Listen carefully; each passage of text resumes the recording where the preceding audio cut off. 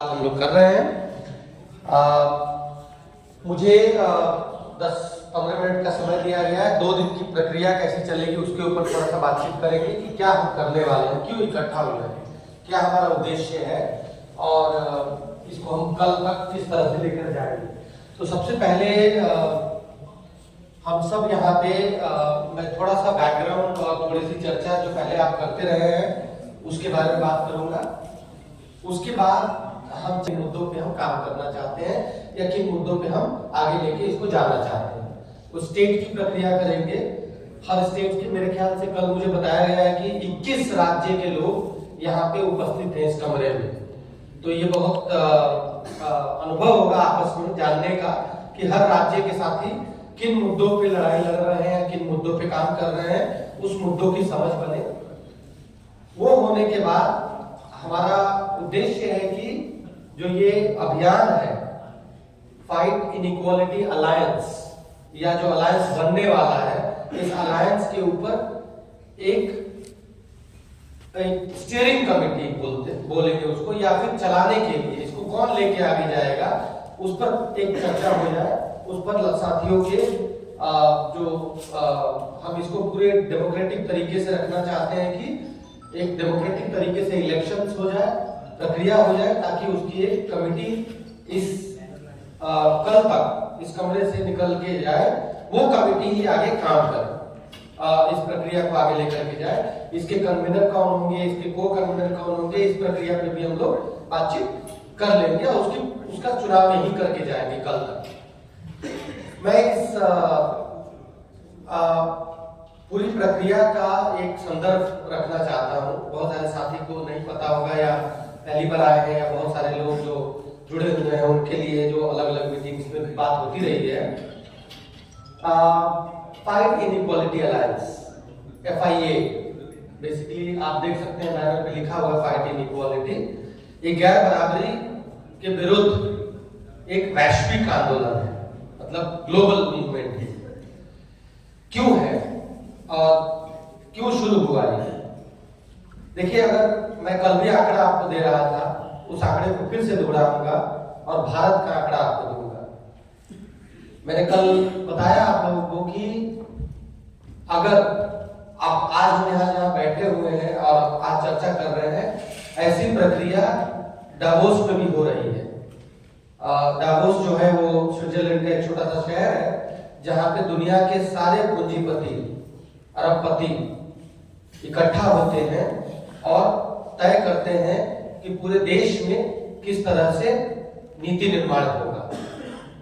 और कल एक साथी और बता रहे थे कि अभी महाराष्ट्र गवर्नमेंट ने उसी मीटिंग में, आज उसी मीटिंग में लगभग 75,000 करोड़ का या कुछ ऐसा एक अग्रीमेंट साइन किया है। मतलब किसी पूंजीपति ने साइन किया सरकार के साथ कि हम इतना का बिजनेस आपके साथ करेंगे। तो यानी कि पूंजीपति जो लोग हैं वो एक सप्ताह के लिए इकट्ठा होते हैं। वर्ल्ड इकोनॉमिक फोरम बोलते हैं उसको, विश्व आर्थिक परिषद होता है वो, और उसमें वो तय करते हैं कि पूरे विश्व में सरकारें कैसे चलेंगी और लोग क्या करेंगे, हम प्रॉफिट कैसे कमाएंगे। इस तरह की प्रक्रिया चलती है और वहां से फिर नीति निर्माण की बातें हमारे पास निकल के आती है। तो वहां पे पूरे विश्व के सभी लोग वहां पे उसी इकोनॉमिक परिषद में, चूंकि वहां पे आम लोगों को, संगठनों को, जनता को पार्टिसिपेट करने का मौका नहीं होता है, तो वहीं पे जहां पे मीटिंग चलती है उसके बाहर लोग अपने अपने मुद्दों को लेकर के प्रोटेस्ट करते हैं या बताते हैं कि आप जब आर्थिक नीतियां तय कर रहे हो तो ये ध्यान रखना कि बहुत सारे लोग जो गरीब है, वंचित है, उनके भी मुद्दे हैं, उसको भी लेना पड़ेगा। ये याद दिलाते हैं। ये इस मीटिंग का उद्देश्य भी यही था कि हम भी इंडिया में अलग अलग संगठन के लोग बैठ करके अपनी नीति निर्माण करें, ताकि हम इन पूंजीपतियों को या सरकारों को या जो नीति निर्माण करते हैं उनके साथ अपनी बातों को रख सकें। तो ये पूरी मीटिंग का उद्देश्य ये होगा कि हम क्या चाहते हैं, हम किस तरह से काम कर रहे हैं, क्या हमारे मुद्दे हैं, उस मुद्दों की समझ वैश्विक स्तर पे भी लोगों को हो, भारत के मुद्दों की समझ। तो उसके लिए वहां पे चल रहा है। मैंने बताया था कि अगर आप गैर बराबरी को अगर आप आंकड़ों में देखना चाहते हैं कि गैर बराबरी कितना बड़ा प्रॉब्लम है इस देश के लिए, हमारे देश के लिए, तो उसको समझने के लिए 2-3 आंकड़े हैं जो मैं आपके सामने लाऊंगा। एक कि मैंने 5 पूरे देश के, पूरे विश्व के 5 अमीरों को मिला लीजिए और उनके सारे धन को एक जगह कर लीजिए। 5, सिर्फ 5, वो अगर रोज 1 मिलियन मतलब $10 लाख, $10 लाख खर्च करेंगे रोज, तब भी उनको खत्म करने में, उस पैसे को खत्म करने में 476 साल लगेंगे। 10 लाख करोड़ कितना पैसा मिलेगा? 10 लाख करोड़, $10 लाख कितना होगा? 10 लाख 80 से गुना कर दीजिए, 800 करोड़।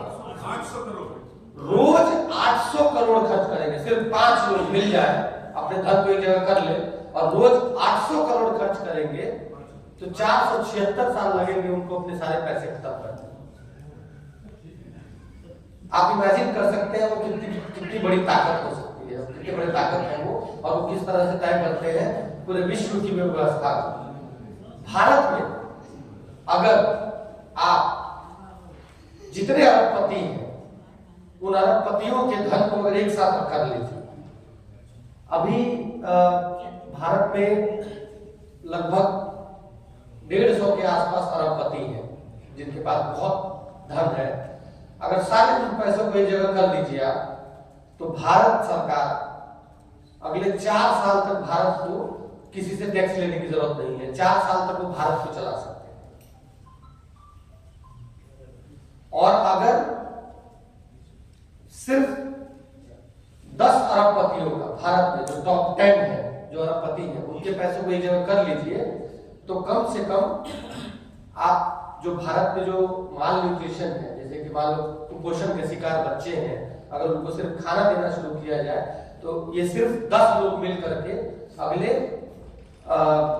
5 साल तक उनको वो कुपोषण से निकाल सकते हैं, बाहर निकाल सकते हैं। वो आसानी होगी।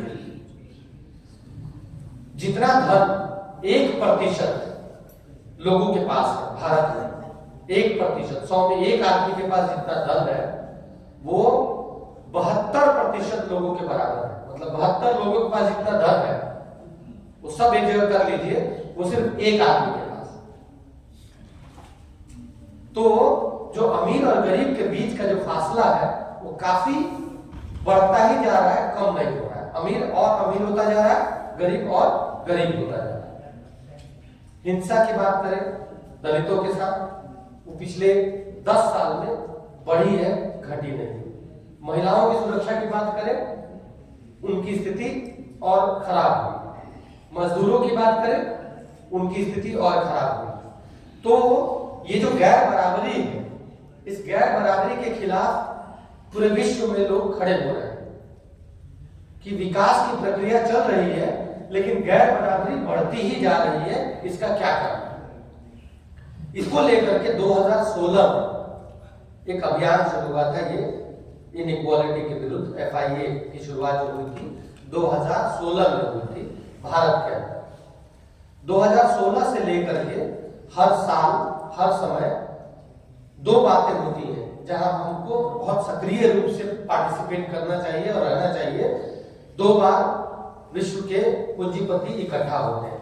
पहली बार इकट्ठा होते हैं लगभग सितंबर और अक्टूबर के समय में, जो वर्ल्ड बैंक है या IMF है या ये सारे लोग हैं जो विश्व बैंक है, ऐसे लोग जो सरकारों को कर्ज देते हैं काम करने के लिए, ये इकट्ठा होते हैं और लगभग सभी सरकारें कर्ज लेती हैं। ऐसा नहीं है कि बिना कर्ज के नहीं चल रहा है, भारत भी कर्ज पे चलता है। तो जो कर्ज लेते हैं, ये कर्ज देने वाली संस्थाएं इकट्ठा होती हैं सितंबर अक्टूबर में और ये तय करती हैं कि किस तरह कर्ज देना है, किस तरह का कर्ज किस सरकार को देना है, और उसमें भी सरकारें पार्टिसिपेट नहीं करती, आम जनता का कोई भागीदारी नहीं होता है। तो वर्ल्ड बैंक तय करती है, IMF तय करती है और फाइनेंशियल इंस्टीट्यूशन तय करते हैं कि ठीक है भारत सरकार को कर्ज देंगे लेकिन हमारी शर्त ये हो, और चूंकि पैसे पूंजीपति है, भारत सरकार उस कर्ज उसी शर्त पे उस कर्ज को लेती है। जैसे आप जो भी विकास के कार्य होते हुए देखेंगे, जो सरकारें करती हैं, वो बहुत ज्यादा प्रभावित होता है कि आप कर्ज किससे लिए, क्योंकि उस पर वो इंटरेस्ट भी लेते हैं और उसके बाद मुद्दा भी तय करते हैं। जैसे शिक्षा का अगर मुद्दा ले तो वर्ल्ड बैंक ने तय किया कि अब इस बार हम टीचर ट्रेनिंग पे कर्ज देंगे या टीचर पे कर्ज देंगे, प्राइवेट स्कूल को कर्ज देंगे, प्राइवेट स्कूलिंग बढ़ाने के लिए कर्ज देंगे। तो प्राइवेट स्कूल बहुत खुल जाएंगे, सरकारें भी खोलेंगी, सब कुछ होगा। या आप लोग अलग अलग राज्यों में काम करते हुए देखे होंगे, NRLM है, रूरल लाइवलीहुड मिशन, बिहार में जीविका बोलते हैं, कई जगह पे कुछ है, ये सब वर्ल्ड बैंक के कर्जे पे चलता है। तो वो क्या करवाते हैं, कर्ज लेने की आदत डलवाते हैं और फिर कर्ज चुकवाने की आदत डालते हैं। तो वो कर्ज के आधार पे वो शर्तें जो तय होती हैं, उन शर्तों पे सरकार का कोई हक कोई बात नहीं होता है। वो आम हम लोग जैसे लोग उन्हीं पे बात करते हैं कि आप जो टैक्स, आप जो कर्ज ले रहे हैं, वो कर्ज ऐसे कर्ज इंटरनेशनल फाइनेंशियल इंस्टीट्यूशन, जो अंतरराष्ट्रीय विश्व बैंक है, तो एक मीटिंग वहां होती है। उस मीटिंग के दौरान हम लोगों को अपनी बात रखनी होती है। दूसरी मीटिंग जो मैंने बताया डावोस में, ये जब पूंजीपति इकट्ठा होते हैं, इंडिविजुअल है, व्यक्तिगत है, लेकिन पूंजीपति तय करते हैं कि किस तरह से देश चलेगा। ये दोनों मीटिंग में हम सक्रिय रूप से भागीदारी करते हैं। तो 2016 में जब ये प्रक्रिया शुरू हुई थी, तो भारत में अलग अलग संगठनों को जोड़ा गया था। 16 से लेकर के जब तक पैंडेमिक कोविड आया, तब तक यह आंदोलन चलता रहा।